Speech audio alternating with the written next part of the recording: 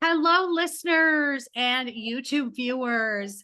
So happy that you're here this week. I have an extra special episode today. I am Maureen Scanlon. I am your host of I Never Knew, But My Dog Did podcast, where we talk about resilience and overcoming, and we tell our stories for hope for others. I am also a master life coach, author, entrepreneur, and all the other good stuff. So I'm so happy that you all are here. Don't forget to hit the like and follow and leave those reviews. I cannot wait to tell you who's here today. And I say this and I'm redundant and I'm repetitive and I do not care. I bring you the best guests out there because today I get to wear a couple of hats with my guest, and you'll see why. So, my guest, Noah Nelson, is the CEO and founder of Summer Breeze Junk Removal in Phoenix, Arizona. He is an ambitious and hardworking young entrepreneur who started a company in an industry he's passionate about that helps people clean their environment by removing clutter and maintaining pride in their homes and businesses. With 6 years of experience in the industry, he's been praised by customers and fellow business owners alike for his stellar people skills and talent for networking and marketing. He is determined to change the way people view the service industry and the workers who perform such necessary tasks. And in his humble words, I am not a car salesman or a plumber.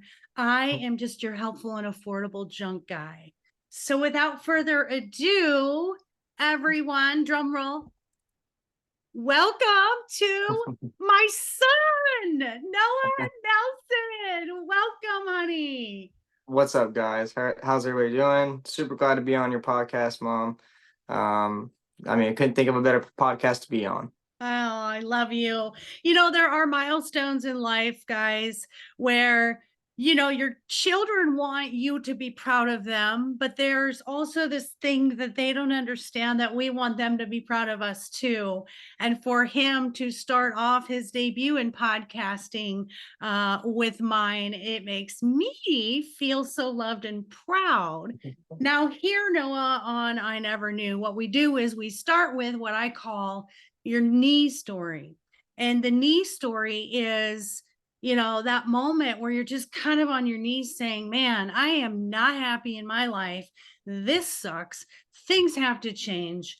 And very rarely do I have a guest that I know most of their knee stories. But in your words, I want to know what was really a moment in your life. And I know there were many. You could talk about childhood, or you could talk about, when you became an adult and said, what do I want to do? What am I passionate about? So tell us a moment in your life that was like this knee moment. Everything came clear the moment I decided to be a business owner. The minute I decided that, it's time to leave where I'm at, that moment was, I think about a year and a half ago, I was working at the car rental service after I quit my job helping another former friend building his business of junk removal. It's where I fell in love with it. I was on a no compete contract, so I had to find another job in a different industry. So I went ahead, found a job at Car Rental Center over by the airport here in Phoenix. And it just got to a point where I did not like the environment that I was working in. And it just hit me one day when I just felt miserable. I didn't like the people I worked with, didn't like the industry that I was in, didn't like how they ran things. Didn't like the drive, going there back and forth. It was further than I'm used to. And really, I was just driving and it just hit me that I was like, this is time. I don't care whether I'm on a no compete or not. I'm doing what I'm passionate about and what I truly love doing. That's junk removal. And I told myself, I'm going to start my junk removal business and I'm going to go ahead and take that leap.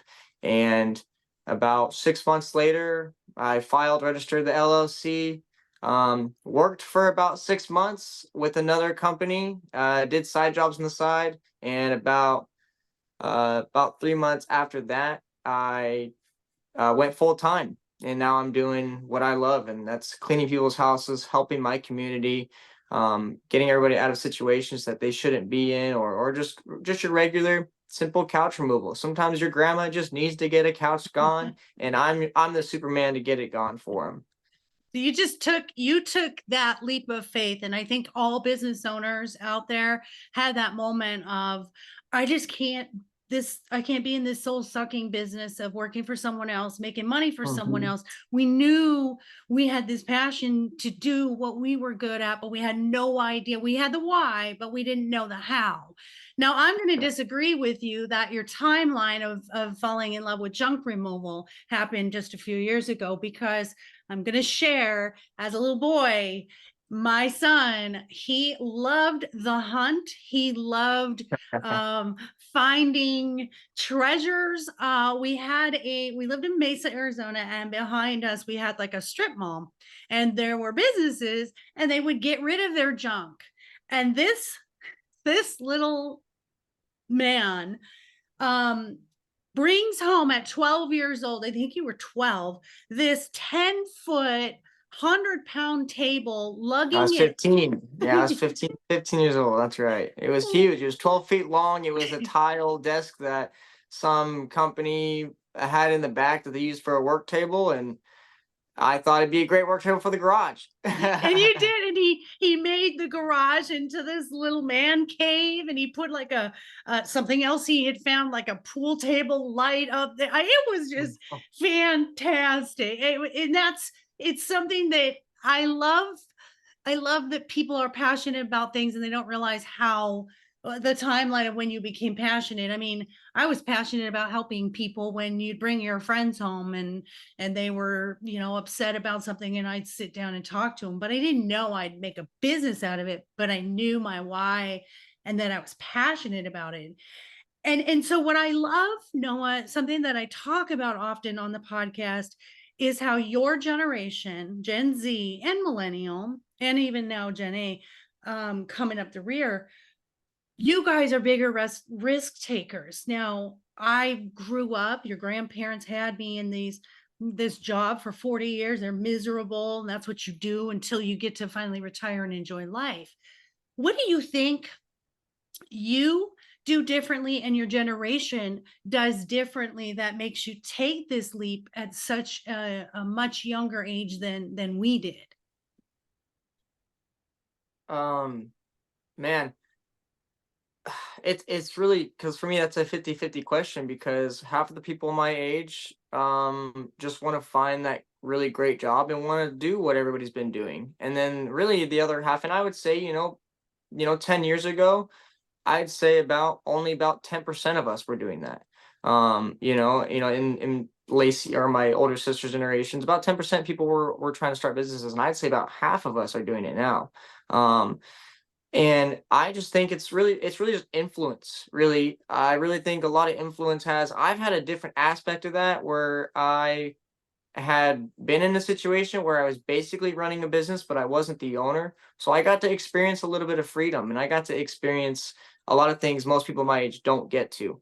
Especially at like 21. I mean, I was 21 years old and I was taking phone calls while I was sitting on my kayak fishing. So, I mean, that for me was like, another eye opener of why I wanted to be, possibly start my own business. And back then I always thought I just wanted to manage and not own my own business. Not knowing how hard I was shorting myself as far as not getting the rewards of being the business owner, which you don't get those till, you know, later down the road. But I don't know. It really comes down to influence and people seeing that it is doable. And people back in the day didn't have all this footage on social media because it wasn't around to show that it is doable. It is possible. You can do it. It does not matter how old you are. It does not matter how lack of experience you have in something. If you want it, you got it. You go get it. And that's where I feel, um, you know, in today's society, everybody feels like they're stuck in a box. And I think COVID really had a big thing in that. Because everybody was stuck in this box before they were in COVID, and then they were physically stuck in their houses. And I really think it pushed a lot of young kids being like, I don't want to sit down and do this or do an office job. I want to go do something that I enjoy. People are making it work during that time. And the minute COVID ended, I think everybody just really took the step forward, and knowing that, I mean, we have resources. We have more resources than anybody's had. I mean, it takes a second. Anybody can start a handyman business just off of probably like 6 months worth of YouTube videos. You can sit there for 6 months, 4 months probably, and it really depends on how long you're doing it for. But we just have all these resources, and I think our generation just has, we acknowledge that. We acknowledge that we have these tools, and people are making moves on it, and kids are understanding that, my parents don't look happy, at retiring after their job. They wish they would have been younger and had more freedom. And Yeah. we're the generation making that move and saying, if my dad said or my mom said that they wish had done it, why would I give myself that chance? What do you only have the option of either succeeding or failing. And when you fail, you have the option to get back up and try again. No one's stopping you except for yourself. That's right. And that's what we I mean, most kids nowadays, some kids are not as strong-willed as that, and they give up easy. And I can't say that's for the other, I'd say about 25% of that 50% that wants to be entrepreneurs. That's what they end up failing. It has nothing to do with their knowledge or what they're doing or what industry they picked. I think it has solely just believing in yourself. And we get discouraged because that's where that social media comes in hand, where it helps us believe at first, but then it can have the opposite effect down the road where you can feel discouraged because you see all these successful people in the same industry, and you can feel discouraged. And I feel like half of that 50% that tries to grow a business fail just for that reason exactly, because they just feel discouraged that you know it's not happening right away. My generation has a hard time, even with the entrepreneurs, has a hard time with immediate affirmation or knowing that, getting instant results. Because we are so used to technology giving us instant results when we want it, when we need it. And business doesn't work that way. Business works by what you put in, you get out, and you got to be willing to put a lot of time in.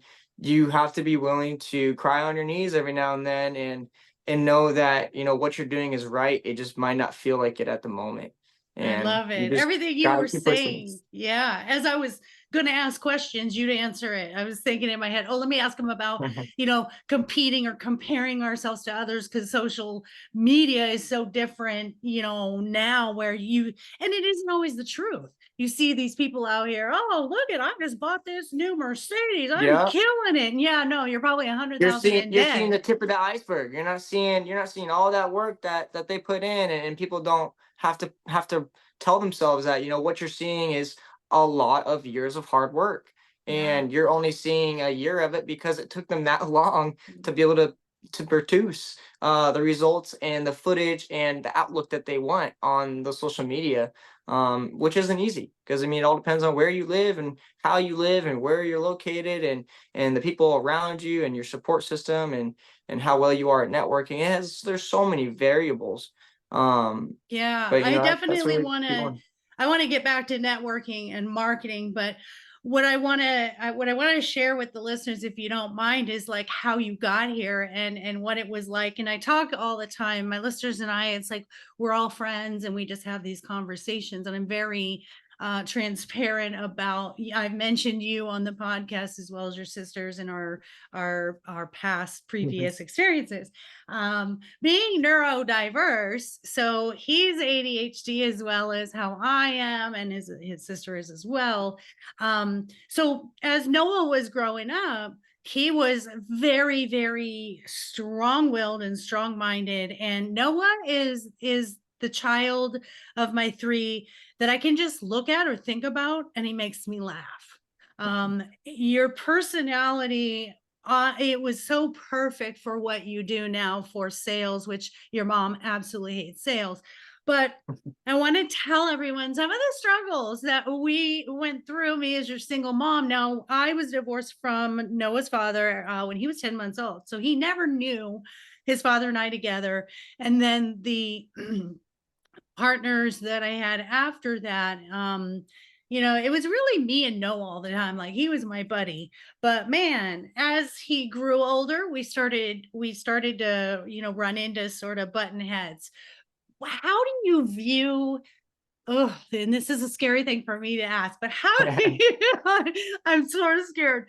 How do you view how we did as a parent and son?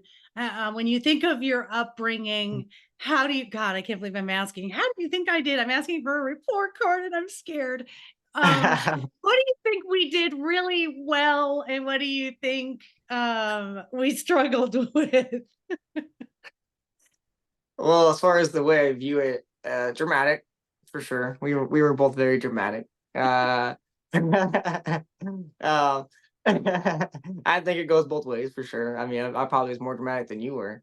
Um, but I mean, what we did well was, we knew we only had each other, and we knew at the end of the day there was nothing we could do to avoid each other. Most parents and kids, they have the other parent or child to run to and vent to. We didn't have that option. I was so far apart from the older girls that they were out by the time I was like 13. They were already moved out or had kids or whatnot, and me and you had to figure out that we had to communicate to each other no matter what was going on and how we were feeling toward each other. And that's what I felt like our strength became, was that we knew that we had to communicate. And regardless if we got into an argument or not, 10 minutes later, we'd be laughing or just talking to each other sternly. um, I mean, realistically, I don't look at anything that we did was wrong. I really don't think there was a downside to your parenting or whatnot. You did with what you could. Um, Same thing works for me. We deal with us children deal with what we're given and or what cards we're dealt with, and we made the best of it. And there was moments where disciplinary was not the strong suit because you don't have that ability as a woman. I mean, one thing I figured out being a grown man now is there's really nothing you can to do to a boy, at least being from the divorced relationship, with dad being a little bit more physically constructive. um there was things that I definitely took advantage of because I knew you were very soft and you were very nice and you never wanted to physically um harm me or anything like that. And which any parent can respect, because every parent, I think, wants to slap their kid every now and then, let's as they should, let's because let's interject and tell them about my favorite story. And I don't know if I've ever told this on the podcast, but I don't know. I think you were in junior high, maybe high school. And Noah was the hardest kid to wake up in the morning. He just didn't want to wake up. He didn't want to go to school. Every day was a struggle. And I would literally just wake up and cringe, like, oh, what's this morning going to be like? Because every day it's like I'd have to go in his room 10 times. Come on, get up, get up, get up. And he was cranky. And I'm not a morning person either. So he gets it from me. But one morning I'm making toast and he's cranky, and I said, hey, make yourself some breakfast. And he wasn't having it. It had nothing to do with me. He was just cranky. And what happened, Noah? We were arguing in the house and I kicked rocks out of the yard. I said, do And not slam the door and do not kick the rocks. And what that's did right. he do? I did exactly that. He kicked the rocks and he slammed that door. And I'm in my robe and I'm trying to butter my toast. And what did I do, Noah? You ran outside with the butter knife, and the neighbor said your mom ran at you with a knife. Jeez, to the bus stop. In your robe was the best part. I think that was the cherry on top. Was if you were in normal clothes, it probably just would have been like, oh, and they're arguing. But this was like, oh, they're arguing. Like, I hit my max. I was just like, you little, my favorite word was punk. You little punk. And he's just walking to the bus stop and he looks behind him like, oh shoot, Mom's really upset this time, and I go faster, he goes faster. I mean, I dipped. I ran. we must have looked like absolute like crazy people. Why nobody called the police on us? I don't know, but it was those moments. God, it makes me cry from laughing. It was those moments that we had, and we learned communication. And I'll say this: the moment, and one of your friends' moms, Robin, helped me with this because I watched her do this and I really started to absorb it. It was when I stopped trying to give you advice or stop saying, you should do this, you need to do this. And I Mm-hmm. started saying, what do you think you should do?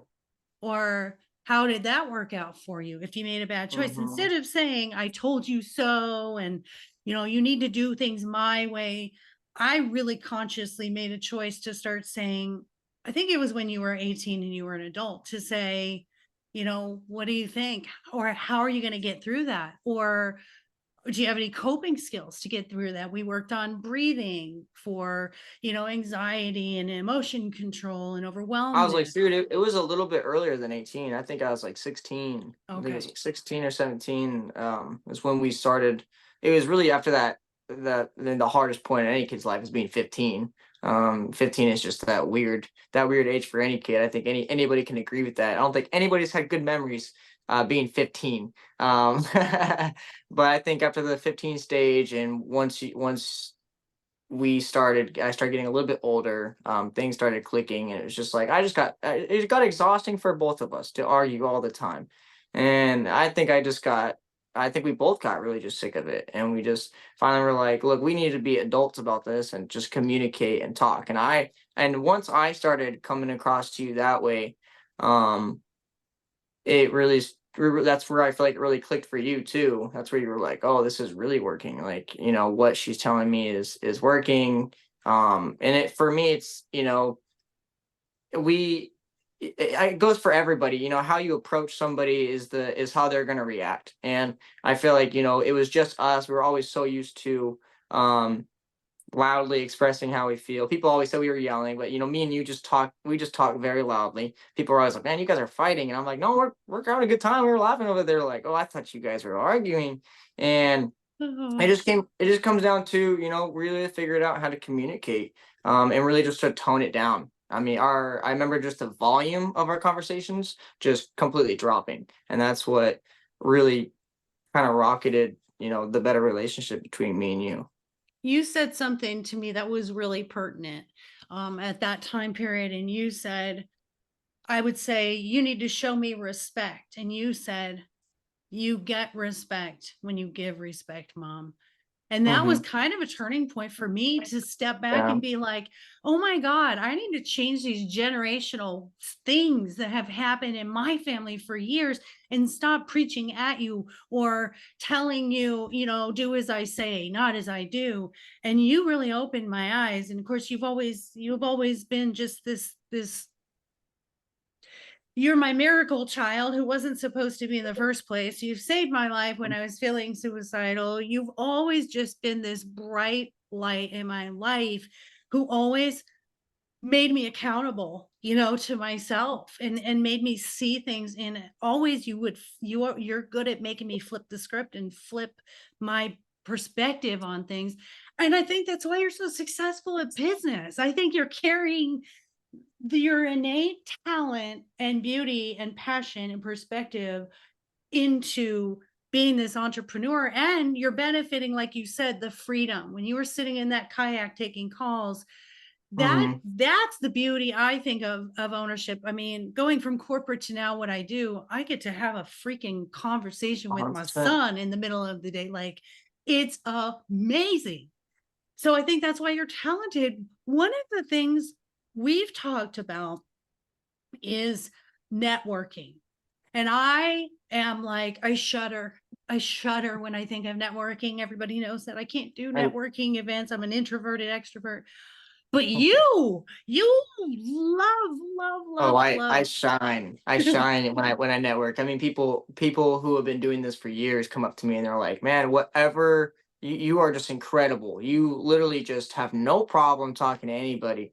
And I think it goes along with was my upbringing. Was I was in this weird stage because we had a very nice house. We lived in a pretty nice neighborhood, an HOA neighborhood, and but we didn't have a lot of money. So I was very caught in between, I had a lot of rich friends, but then they didn't want to hang out with me because I was kind of poor and I didn't have, parents that could just pay for stuff to have me go to vacations with them or whatnot. And so I chose to hang out with a lot of the poor kids because I related with them. I understood. And for me, I think that really comes down to, talking to different demographics. I was really used to talking to so many different demographics being just a kid. I mean, whites, blacks, all of them, rich, poor, all of it. There was no difference between any of. I had white friends that were poor. I had white friends that were rich. I had Mexican friends that were poor. I had Mexican friends. It didn't matter. I mean, really, it was like everybody in the rich kids always, treated you like you were poor. It didn't matter your demographic or anything like that. But I learned to I was always able to bring the two together. For some reason, when I hung out with my friends, I could bring the rich kids and the poor kids, and I could talk to their parents. And I was a little ladies man, so I was good with talking with adults. I got, I parents always loved me. I was always very respectful, and I rode around. I mean, I was riding around on a longboard from when I was 8 years old till I was 18, and I would go to stores and talk to adults who are working at the stores, just have a conversation with them. Some 13-year-old boy, hello, how you doing? Oh yeah, how are your kids doing? I just was a talker. I really feel like it was just the confidence that you instilled with me for sure. I think that just shot up. You always allowed me to have confidence, and so I never feared what anybody thought about me because I had so many friends. If you didn't like me, I had plenty more to go to, and I knew I had my own support system, whether it was my friends and my family. And but I love networking. You get to meet so many great people. I really enjoy picking people's brain. I would love to do psychology in the future and really do that just because I love how people think and how they operate. And everybody is so different. Every individual, the way people are made is just amazing because you can meet people with similarities, but everybody's got differences and everybody's got an amazing story. And that's why I listen to your podcast because it's, you get to hear that's where I feed off. If I just feed off people's experiences and being like, well, that's a really terrible experience, and look what they're doing. I have no excuse but to keep on going.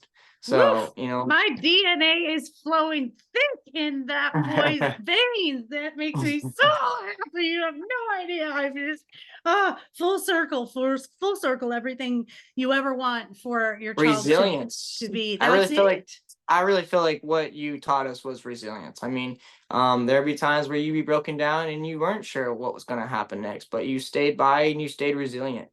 And that's what I think every kid takes away from most of their parents. For people who've got great parents and at least parents who've tried, every kid sees that. Even if they don't recognize it, they see it, and it does impact them no matter what. Because I've seen kids, who were poor, but I mean, I had more respect for the kids that had poor parents because you always saw their parents trying. You always saw their parents trying everything they could to make that kid's life the best it could be. And you saw rich kids who got almost no attention from their parents. Their parents would give them everything, but not everything. They would give them all the material stuff that they want, but they don't give them the emotional need. And those kids were most of the time having a lot of problems in high school, with anxiety and not having to handle people because daddy and mommy are not there to make it better for them. And for the kids that grew poor, those kids' parents did say, you have to figure it out.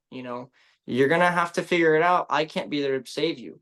That's not how the world works, and it is tough, but that's what makes that's what I felt like what makes everybody a good adult is, being resilient and being strong and knowing that the world is not perfect. It is actually the opposite of that. It is for you to make perfect. It is for you to decide what you like and to surround yourself with the things and the people that truly make you want to succeed and do better. Yeah. Yeah. Boy, what a great perspective because you can have all the things. A lot of people think money and things are going to make me happy, but yet Hmm. you're missing the connection and the fulfillment. And then over here, you don't have all the resources you would want, but yet you do feel fulfilled because you know you're cared for and someone's got your back and they love you. And so Hmm. when you become an adult, you have to kind of reconcile those two things. You're going to marry those two things and be like, what do I want? Can I Yeah. create it? Or do I feel sorry for myself? Do I expect people to give me stuff? Or do I know I have to go out there and work for it? And I love that perspective. And I'm so proud that shone through. Noah and I, again, because it was just the two of us, we during the financial crisis, we were at risk of losing our home. The mortgage was a lot, and so I went and got a second job. And someone had said when I was dating, that's really selfish of you to get a second job for Noah, because Noah, it's not fair to Noah. And I thought, well, at the time, I thought, no, it's very fair to Noah because I'm providing this stability and I'm showing him we don't give up. We do something. Hmm. And on the cool part of it is Noah came to work with me too. He came and he was bussing tables while I was serving. And that's interesting how someone can view that as being selfish and whatever, where I saw it as, no, I'm going to teach him we don't give up. Everybody was foreclosing and getting bad credit, and I said, no, I'm going to figure this out. I got to get through this for my son. If nothing else, he deserves this stability from one parent, right? Right. Right. And what I think, them saying that is it's really not your decision to be able to decipher whether it's selfish or not, or it's not their decision or yours, really. It's really up to the kid. If I believe I remember you asking me like, "Hey, do you think this is gonna be okay?" You asked me, "Is this going to be selfish?" And I said, "No. If that's what you have to do, then that's what you have to do." And I mean, and that's where I felt like, I was always told, you're the man of the house. You have to do what you have to help me. You have to help me. And that's where I probably just stepped in and was like, well, if mom's gonna work, I might as well go work too. And not be at home sitting on my butt. That's where I believe I truly was always an entrepreneur. I mean, I literally used to sell Smarties. I used to sell little bracelets. I used to sell candy at school. I would do me and my friends would grab our old toys from McDonald's and do little corner sales, cookies, and I mean, when it comes down to my entrepreneurship, I definitely felt like that work ethic was always there, for sure. I don't think I ever, whether I learned it from you or not, I feel like it's a God-given gift because I just never wanted to be on my butt. I wanted to be either making money or hanging out with friends. And honestly, I always knew making money would allow me to be able to do more stuff. So, I love that. Yeah. And you didn't expect things to be given. I mean, I took care of your needs, but I couldn't always take care of your wants. And right. yeah, you had a lemonade cookie stand, and we had nice neighbors who would buy a cookie for $10, which was, but Oh, I think yeah. it definitely got that in your blood, like, hey, hey, and you'd have little mini garage sales on the driveway. And I love that. I definitely think, I think that was something that I tried to do differently from my upbringing, was for you to see money in a good way, even though we had lack at time as a single mother trying to pay all those bills. We had lack, but I was trying not to make you see it as a negative, instead just trying to make you see it as, well, we can find a way. We can create this. We can make Hmm. money work for us. So I love, just the fact of where you are today, and that you took the leap, you took the risk, and there's nothing a mother could ask for more than her child's happiness and contentment and following their passion. My gosh, to the parents out there who have these expectations on their kids to go to college or join a family business or whatever, you know what? Let it go, because they're gonna find their way. And Noah is a prime example of, he figured it out. And there were times I was on the fence, like, man, is this kid, is he gonna make it? Is he, oh my God, I don't know. But I knew his soul was so beautiful and so determined and so resilient. And the networking part, you were a talker, you were around adults your whole life. And so it was a very natural thing. And I appreciate the confidence comment that I always wanted my kids to know, you guys can do anything you want to. Don't let anybody tell you any different. So what do you think? We talked about how it's so different with social media today and marketing. So what do you think is is really the magic recipe for the successful business? Do you have to network and do you have to market, or do you have to do both? What's a good recipe for making your business work? Every good business owner will tell you it's all of the above. It really is like doing it all at the same time. I mean, and it's really just like, you're on the poker table and you basically have to throw money down on every bet.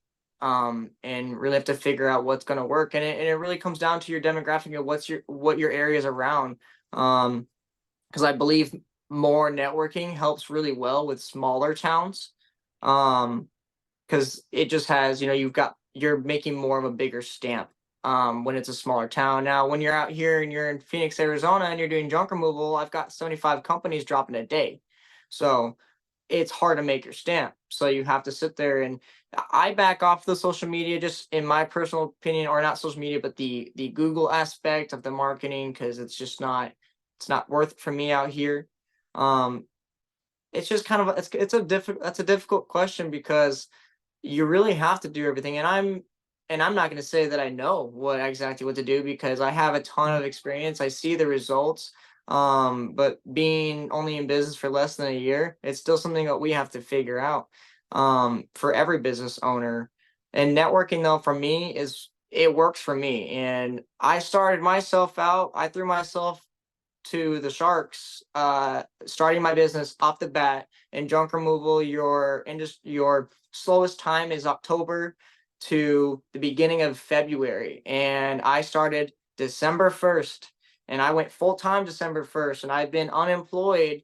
I haven't been on a W-9 since then, and I've been on my own payroll, and it's tough. I'm still figuring out what I did.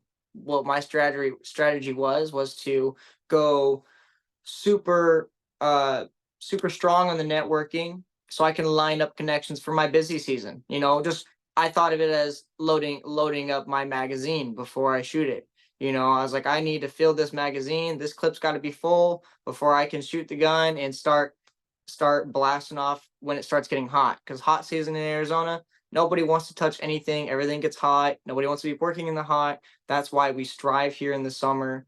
And elderly people can't be in the heat too. So, and a lot of them pass away. Unfortunately, that is a lot of junk removal's job security is assisted living in Arizona, and Phoenix area is just a retiree state. So we have a lot of people passing away.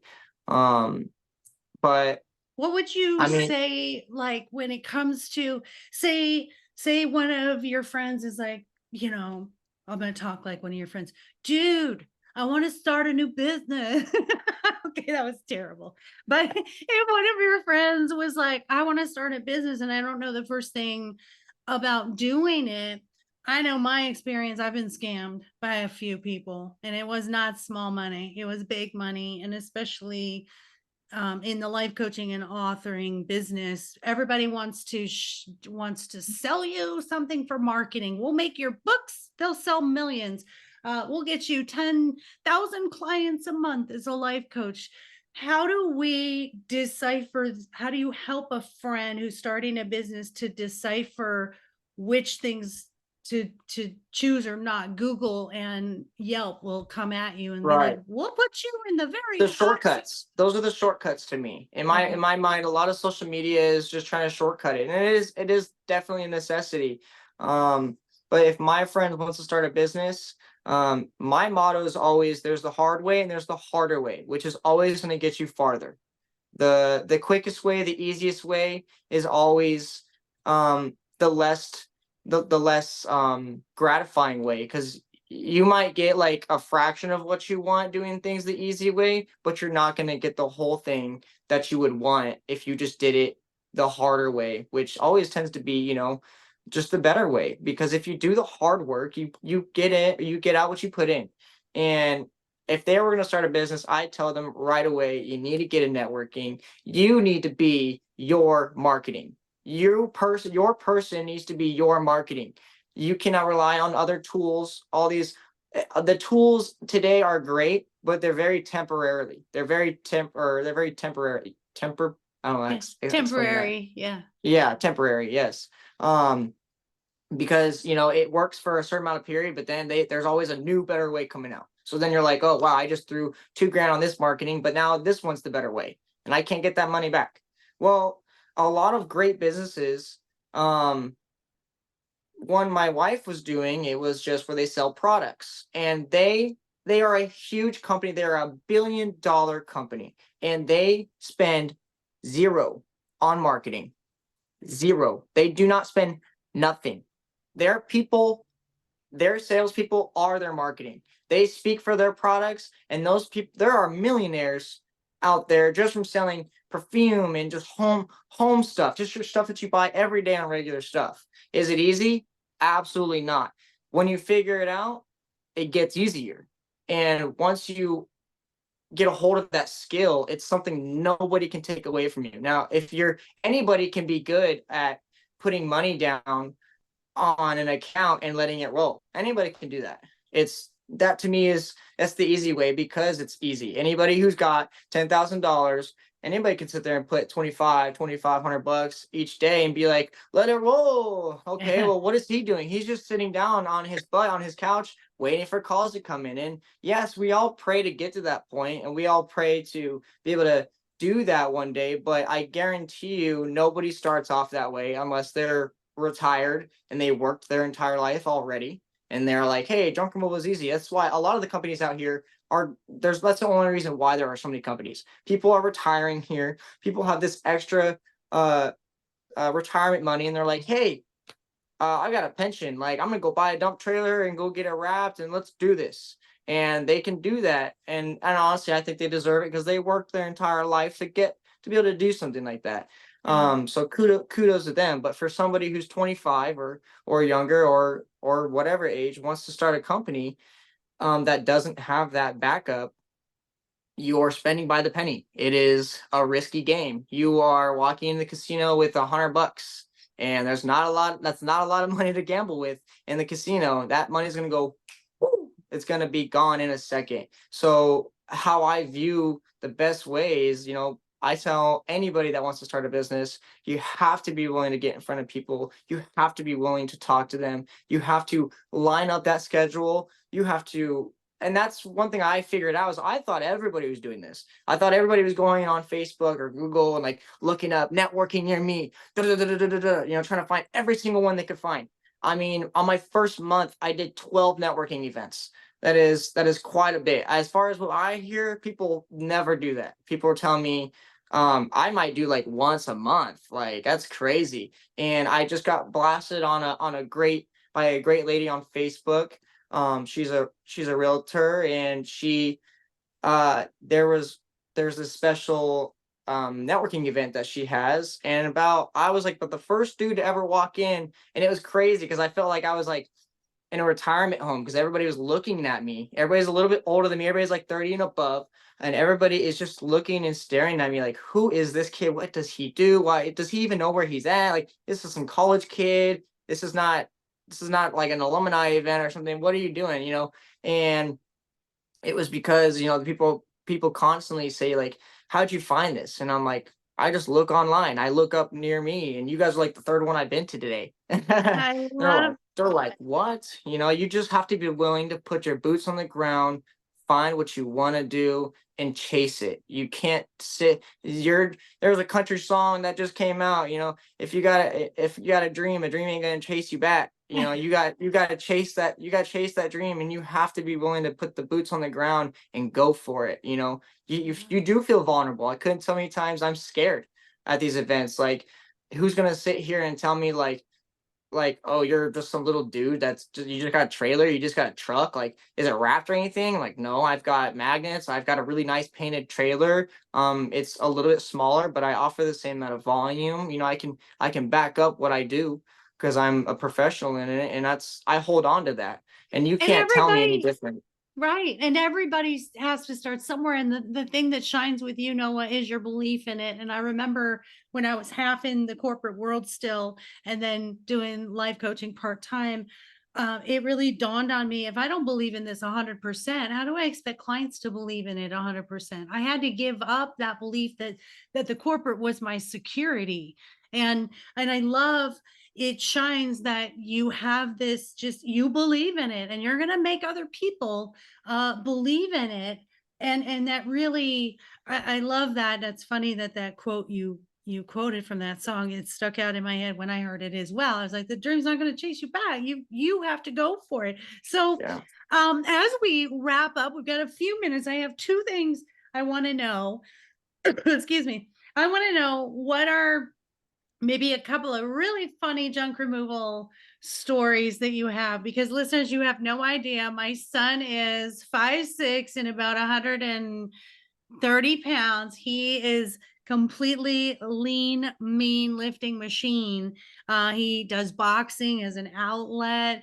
He's really good at boxing, but he shows up and he single-handedly picks up a refrigerator and throws it in a truck, and people are just like, who is this little bionic man? um, but tell us some either weird, creepy. I know you've done some hoarder houses. Tell us a fun, interesting story about junk removal. Oh man, where do I start? I mean, there are a lot of dirty situations where a lot of people are in heavy situations. I mean, there's one time that really sticks out to me where this older lady, she was the grandmother of her grandchild, and he was doing drugs, and he had a very small little midtown Phoenix house, probably one of the first neighborhoods in Phoenix. Like, they are crazy small, little town, little tiny brick homes.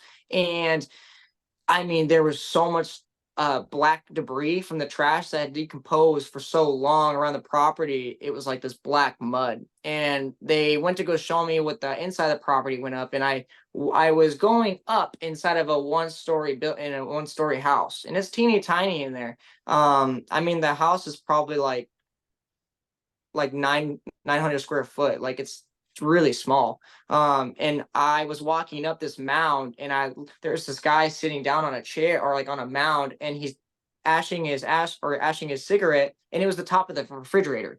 There was an ashtray on there. He's sitting there. That's how high the debris was. You were ducking underneath the arches of the doorways, and that's where we sleep. And it was like you had to go over this little mound, and in their room was a little pit with a foam pad. It was like literally like a little pit. And I walk out. I'm discussing with the grandmother how many loads it's gonna be. It's gonna be like 11 or like 15 loads. It's like a crazy amount. It's a huge job. And we're in an alleyway, and this woman, there's this couch laid down on its side. This woman starts just ejecting needles in her arm and is taking drugs, like, as I'm doing the quote, about 5 feet away from me. I mean, literally, she is. I'm like, I literally had to tell her, like, can I step over here with you and go do the estimate, because this is just too much for me.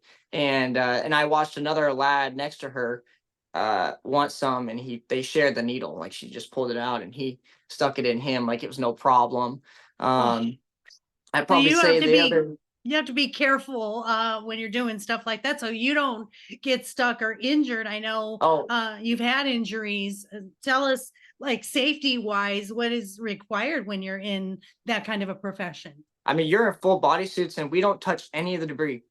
You solely are using snow shovels and trash cans. When it's a job like that, all the employees have to make sure they're not touching in the debris, unless it's like a tire. If it's something that you can honestly physically pick up and know that it's clean, you're good to go. Other than that, it's got to be snow shoveled and trash canned, and it's got to be disposed of right away.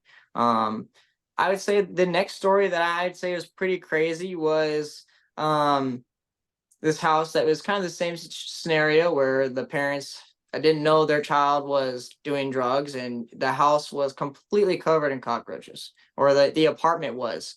And it makes me sad because I know there are people around that apartment that have like major festation problems. They're like, we're clean, you know. There was like you would take the picture off of the wall, and there would be a perfect little square of cockroaches. Like they were like just standing there, and we were in full body suits for those two, and it was like the cockroaches. So when you start taking the items off of the wall, the cockroaches only know but to go up, so they go on the ceiling, and they start falling, and you have to wear, you've got full body suits, so you're wrapped up, and you got full respirators on, and it's tough because in the summer it's really hot to be in a full bodysuit and your clothes and to be pushing stuff downstairs and upstairs. It gets hard, but that job was definitely, we called that job a rainy chance of cockroaches. We thought that was funny. They just kept coming. I just, you just have to wipe it off. My friends were like, oh, I'm so used to it. I've been in so many scenarios where, if it's not bed bugs, I'm not freaking out. I know bed bugs are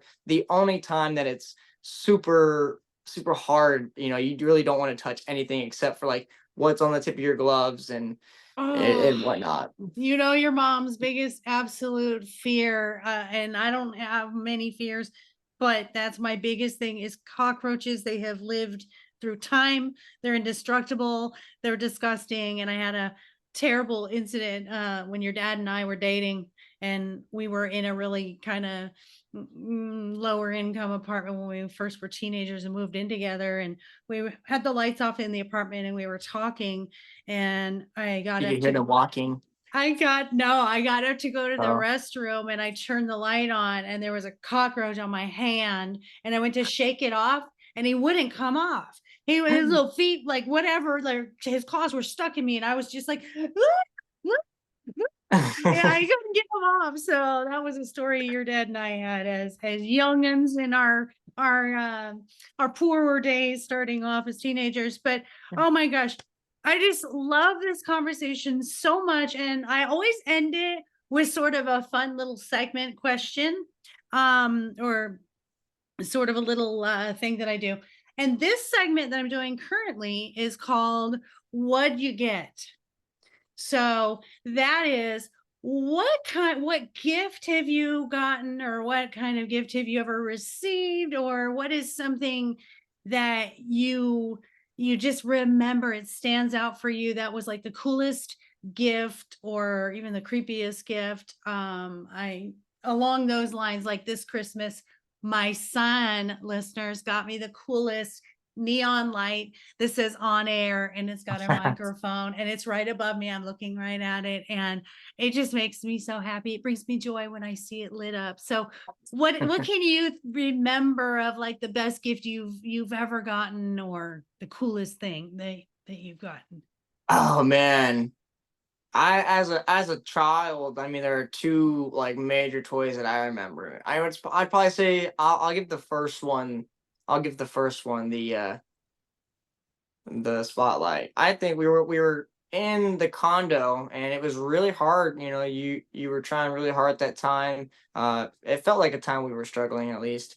And you got me uh this like lowrider Chrysler 300, and it was super big. I mean, it was literally as big as like a small storage tub. Actually, not probably like almost the size of a full storage tub, honestly. And you could plug your MP3 on in the back, and you put it in the trunk, and it would bump music. And I had that thing for quite a while, and shoot, it might even be why I love my Magnum so much. I mean, I might just subconsciously love that toy so much, where I got my wagon that's got the same. It literally has almost the same rims on it. My actual Magnum has almost the same rims as that little car does, and is almost as loud. And I love that thing. That thing is cool. I mean, the second one was probably the little electric motorcycle. That was really cool. I was like one of my biggest gifts that I had ever received, and I rode that thing around like crazy. Biffed it a few times, and man, I had some great times on that thing. I remember that. Yeah, it was like a little mini crotch rocket sort of. And oh Yeah. yeah, you were such an active kid, and that's cool. It was never really video games. I mean, you had a Game Boy, but that was not like your main focus. It was always like fun stuff. I forgot about that Chrysler. And when we were in the condo, it was post divorce from my second husband, and it was just us. It was me, you, and the girls. Mhm.